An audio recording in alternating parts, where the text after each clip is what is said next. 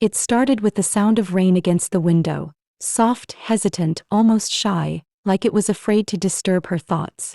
Emily sat by the old wooden table, tracing the rim of her coffee mug with her fingers, watching droplets race each other down the glass. It had been years since she heard his name spoken out loud.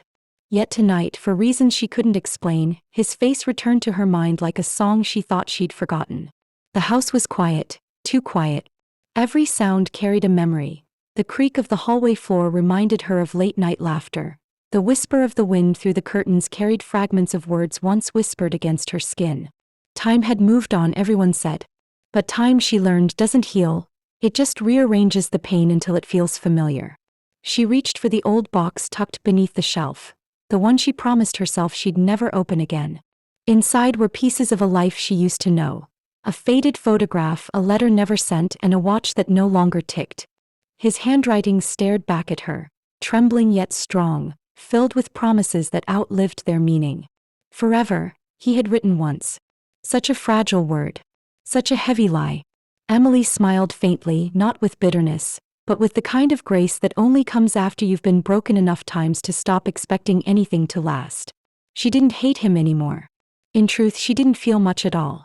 That was the saddest part, not the loss but the quiet that followed it. The phone buzzed on the table, pulling her back to the present. A reminder notification glowed softly on the screen. Memory Clinic. Appointment tomorrow 10 a.m. Her eyes lingered on it. The doctor's words still echoed in her mind.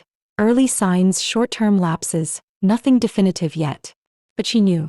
She could feel the small, invisible theft happening inside her.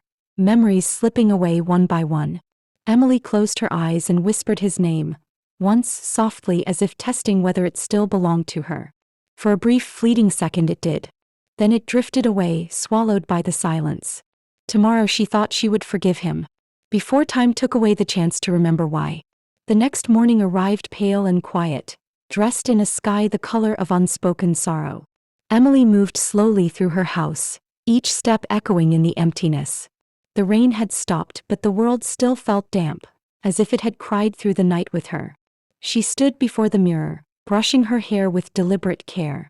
The reflection that stared back wasn't the same woman he had once loved.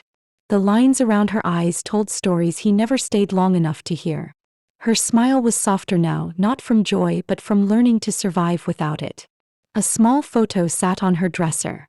The two of them younger, standing beneath a streetlight on a summer night. His arm around her, her head against his shoulder, both looking like they believed love could outlast everything. She touched the photo gently, tracing the edges as if the past could be stitched back together through memory alone. As she drove toward the clinic, the world outside blurred into shades of gold and gray. Every street held a ghost. The cafe where he used to wait for her after work, the bookstore where he once left a note between pages of her favorite novel, the bridge where he said goodbye without really saying it. She remembered it all. But somewhere inside, she knew that remembering was becoming a luxury she might soon lose. At a red light, she whispered to herself, "Forgiveness isn't about them, it's about freeing yourself." She'd read that once in a book she could no longer recall the name of. It was true, though. Forgiveness wasn't for him anymore. It was for her peace, for her fading mind, for the chance to let go before her memories did it for her. Inside the clinic, the air smelled faintly of antiseptic and sadness. The doctor smiled kindly, asking her simple questions, testing recall, memory, time. She answered what she could, laughed at what she forgot. But deep down she wasn't afraid. Not anymore. That night when she returned home, she wrote his name on a slip of paper. Neat, careful handwriting, as if preserving something sacred. She folded it once and placed it in the same old box with his photograph. Then she whispered softly into the quiet room, "I forgive you."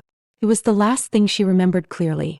Days passed like slow-moving clouds, soft, weightless, and barely noticed. Emily's world began to shrink, folding in on itself, room by room, memory by memory.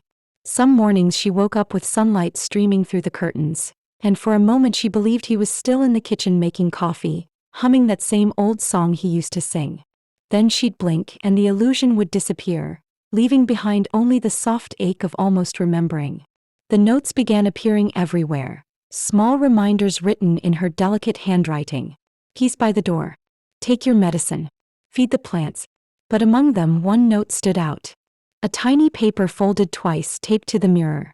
His name, don't forget. She read it every morning, tracing the letters with her fingertips, trying to summon the sound of it on her tongue.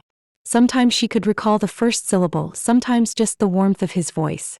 But most days it was like chasing smoke. The harder she tried, the further it slipped away. Her friend Clara visited often, bringing groceries, warmth, and the kind of laughter that fills empty rooms. One afternoon, while pouring tea, Clara noticed the box on the table, the same one that had gathered dust for years. "What's inside?" she asked gently. Emily smiled faintly. "My reminders of someone I'm trying not to lose." Clara hesitated, opening the lid with care. Inside lay the old photograph, the letter, and the folded note, his name.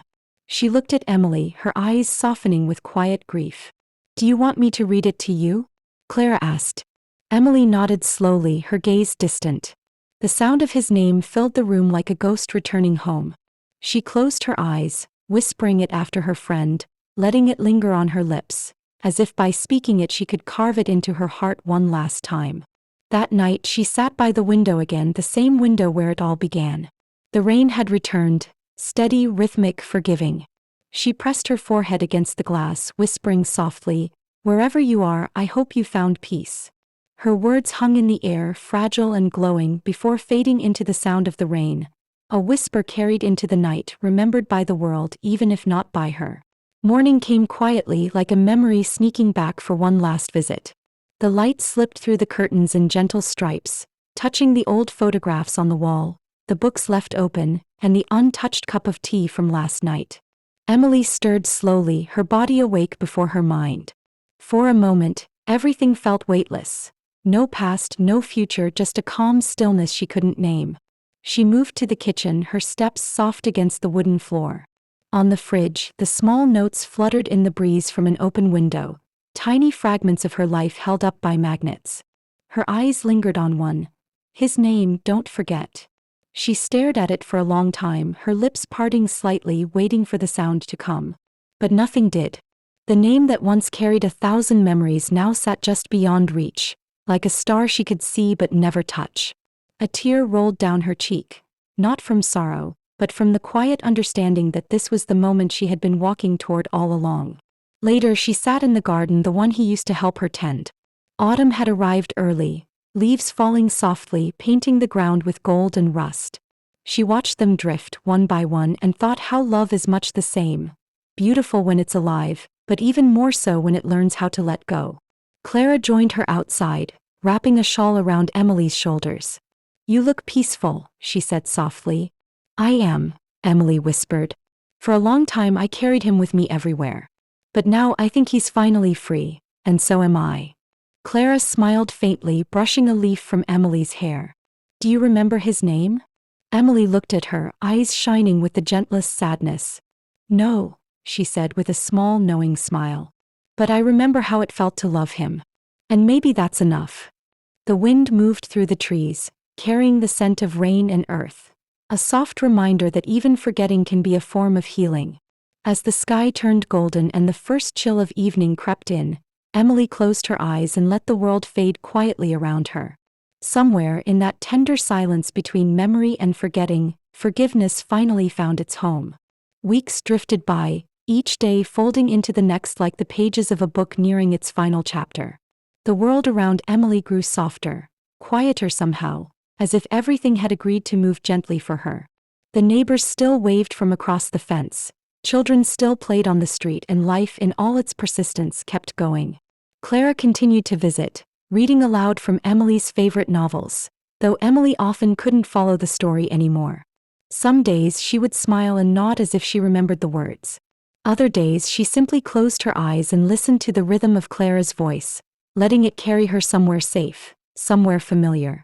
On one particularly calm afternoon, Clara found the little wooden box open on the table. Inside, everything was as it had been. The photograph, the letter, and the small folded paper with his name. But this time, something new was there. A note in Emily's own handwriting. It read, "If someday I forget who he was, please remember I forgave him. Not because he asked, but because I needed to be free." Clara felt her throat tighten as she folded the note back carefully and placed it inside the box. She looked toward the garden where Emily sat beneath the old oak tree, her face lifted to the sunlight, eyes closed, lips curved into the faintest smile. The golden light wrapped around her like a gentle embrace. The air was filled with the distant sound of wind chimes, soft, lingering, and bittersweet.